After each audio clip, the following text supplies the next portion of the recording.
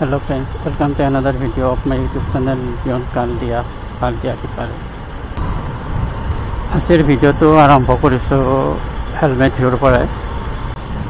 Actually azir pora moi eta notun video series arambo korisu. Aro series to naam disu Huani Okhom, a beautiful lesson. Actually ei series to jogedi Okhomor বিভিন্ন জিলাসমূহৰ বিশেষ ধুনীয়া ঠাইসমূহ বা বিশেষ মহত্বপূৰ্ণ ঠাইসমূহ মই মোৰ ভিডিঅ'ৰ জৰিয়তে আপোনালোকক দেখুৱাবলৈ চেষ্টা কৰিম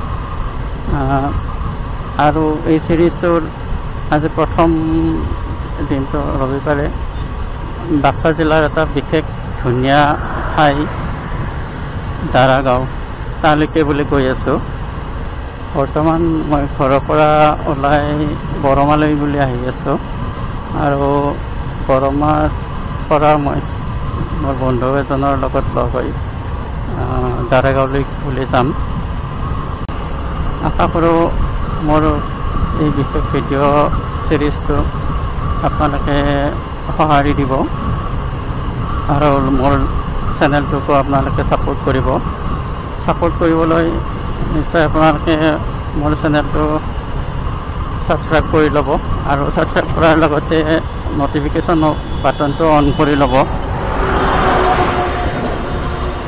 আৰু ভিডিঅ'সমূহ আপোনালোকে ভাল লাগিলে নিশ্চয় লাইক কমেন্টছ বা শ্বেয়াৰ কৰিব মই এই ভিডিঅ' সিৰিজটোৰ নাম আসাম ব্ৰাইট বা এনেকুৱা ধৰণৰ ৰখা নাই কিয় যেটো মোৰ সময়ৰ অভাৱ গতিকে মই বন্ধ বা ছুটি মিলাই লৈহে মই বিভিন্ন ঠাইলৈকে ফুৰিবলৈ যাওঁ গতিকে কিছুমান ঠাইত মই বাইক ৰাইড কৰিম আৰু কিছুমান ঠাইলৈ মই চাৰিচকীয়া বাহনেৰে বাৰু যাম গতিকে যি মাধ্যমেৰে নহওক বাৰু মই ফুৰিবলৈ গ'লে এই ঠাইৰ এটা ধুনীয়া ভিডিঅ' বনাবলৈ চেষ্টা কৰিম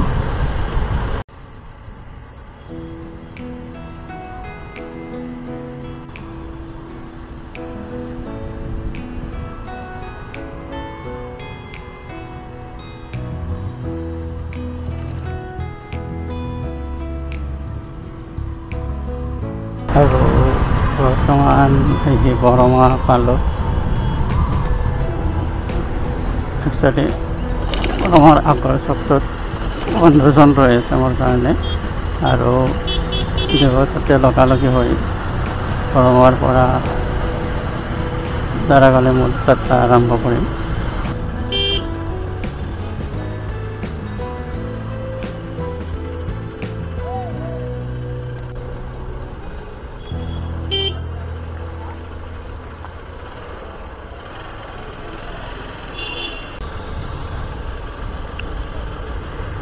বৰ্তমান আমি বৰমাৰ পৰা ওলালোঁ বৰমাৰ পৰা মুছলপুৰৰ ফালে গৈ আছোঁ আৰু মুছলপুৰ পাৰ হৈ পামগৈ নিকাচি আৰু নিকাচিৰ পৰা আগত গৈ পাম দাৰাগাঁও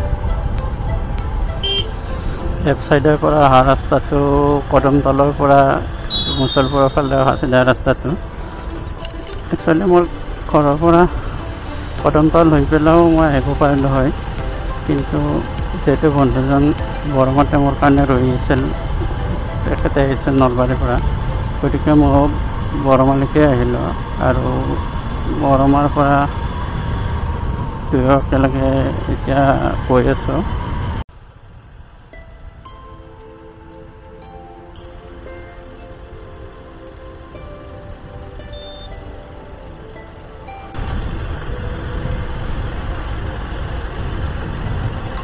এইখিনি ঠাই হৈছে ওদালবাৰী আৰু ইয়াতে এখন জৱাহৰ নৱোদয় বিদ্যালয় আছে।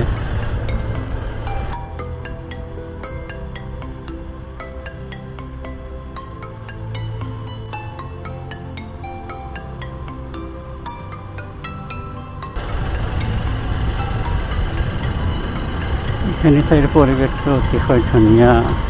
ৰাস্তাখিনি দুফালে বহুত ডাঙৰ ডাঙৰ গছ আছে আৰু বৰ্তমানলৈকে গছবিলাক অক্ষত অৱস্থাত আছে।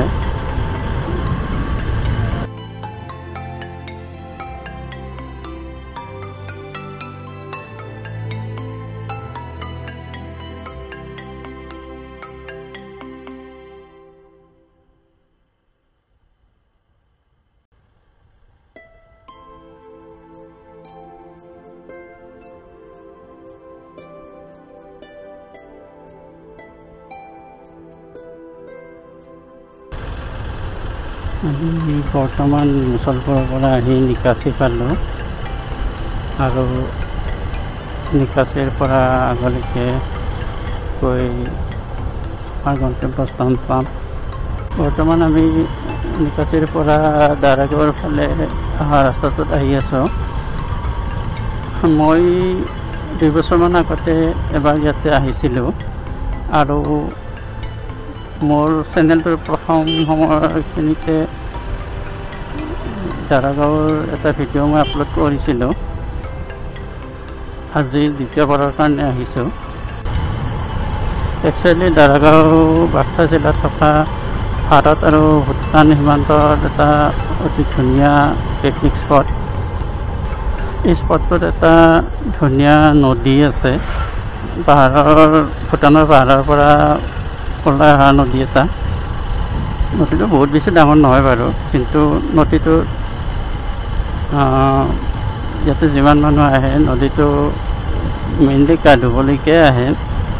নিকাচিৰ পৰা আহি বৰ্তমানলৈকে ৰাস্তাটো ভালেই পকী কৰা আছে, কিন্তু আগৰ ফালে অলপ আগতে ৰাস্তাটো বেয়া আছিল। বৰ্তমান নাজানো বাৰু গোটেইখিনি ভাল হৈছে নে আগৰ দৰে অলপ বেয়া হৈয়ে আছে। গৰমৰ দিনত এই স্পটটোলৈকে বাক্সা তথা দাঁতৰ কাষৰীয়া ডিষ্ট্ৰিক্টসমূহৰ পৰা বহুত মানুহে আহে ফুৰিবলৈ, তথা একচুৱেলি নদীটোত গা ধুবলৈকে আহে। আৰু ঠাণ্ডাৰ দিনত মানে ডিচেম্বৰ জানুৱাৰীৰ সময়ত বহুত মানুহে ইয়াতে পিকনিকৰ কাৰণেও আহে। আৰু ইয়াৰ পৰা সন্মুখত ভূটানৰ পাহাৰ দেখা পাইছোঁ আমি। একচুৱেলি পিকনিক স্পটটো ভাৰত আৰু ভূটানৰ একেবাৰে সীমাত আছে, জাষ্ট নদীটোৰ সিপাৰে ভূটান।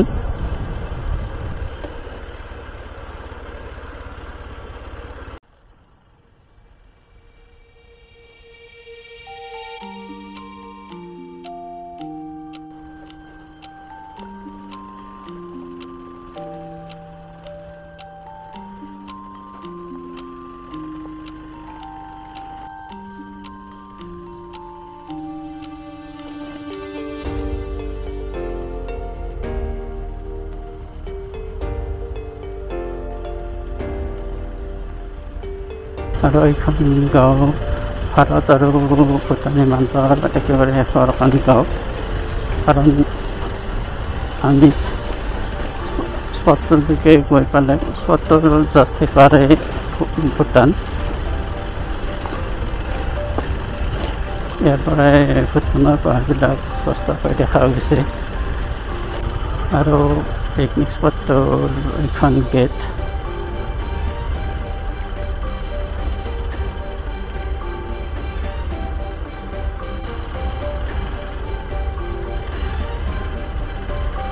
পিকনিক স্পটটোলৈ সোমোৱা গেটত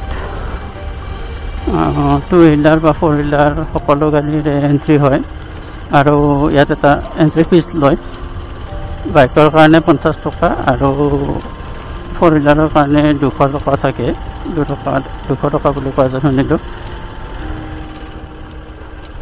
আৰু এইটো হৈছে আমাৰ লগতে পোৱা SSBৰ কেম্পটো।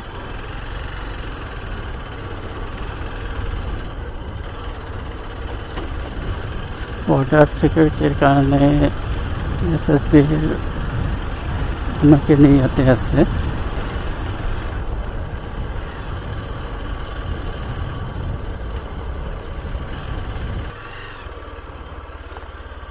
আৰু এয়া আমি আহি স্পটটো পালোঁ।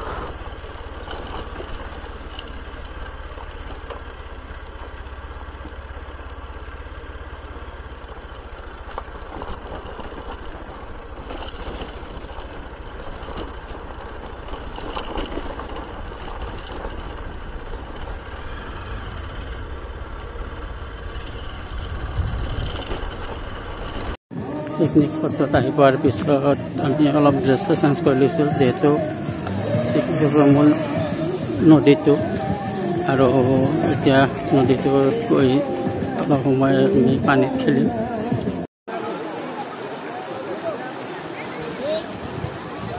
আৰু এয়াই পিকনিক স্পটৰ চৌপাশৰ পৰিৱেশ।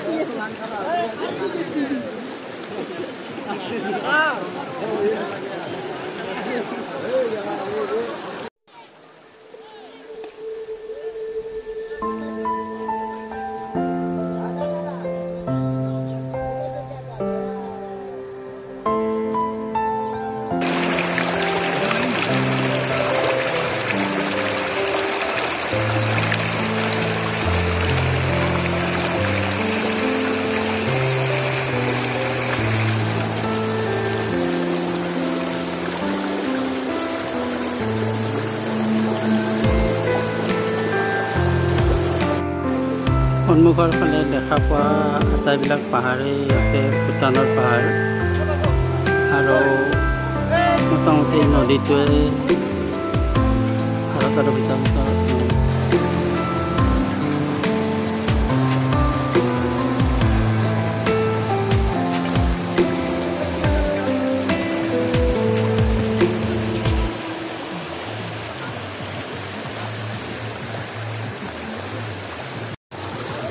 একচুৱেলি এইটো নদীটোৰ এটা সুঁতিহে।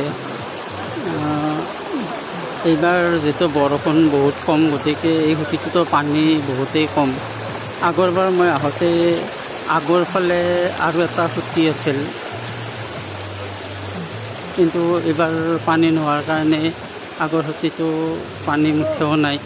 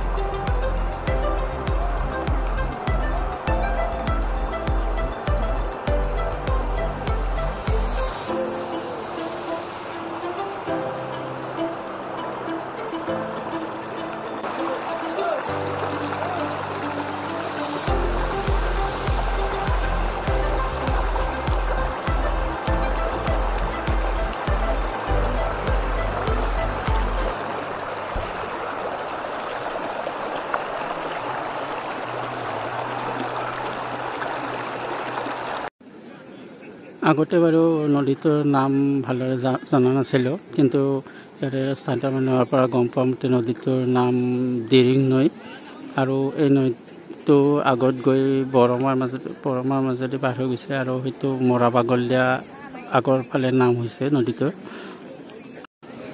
আৰু এতিয়া আবেলি হ'ল, সূৰ্য এইখিনি ঠাইত ডুবিলে, গতিকে ইয়াতো মানুহবোৰ প্ৰায় গৈ শেষ হ'ল। আমিও বাৰু ইয়াৰ পৰা আৰু যাবলৈ ওলাইছোঁ।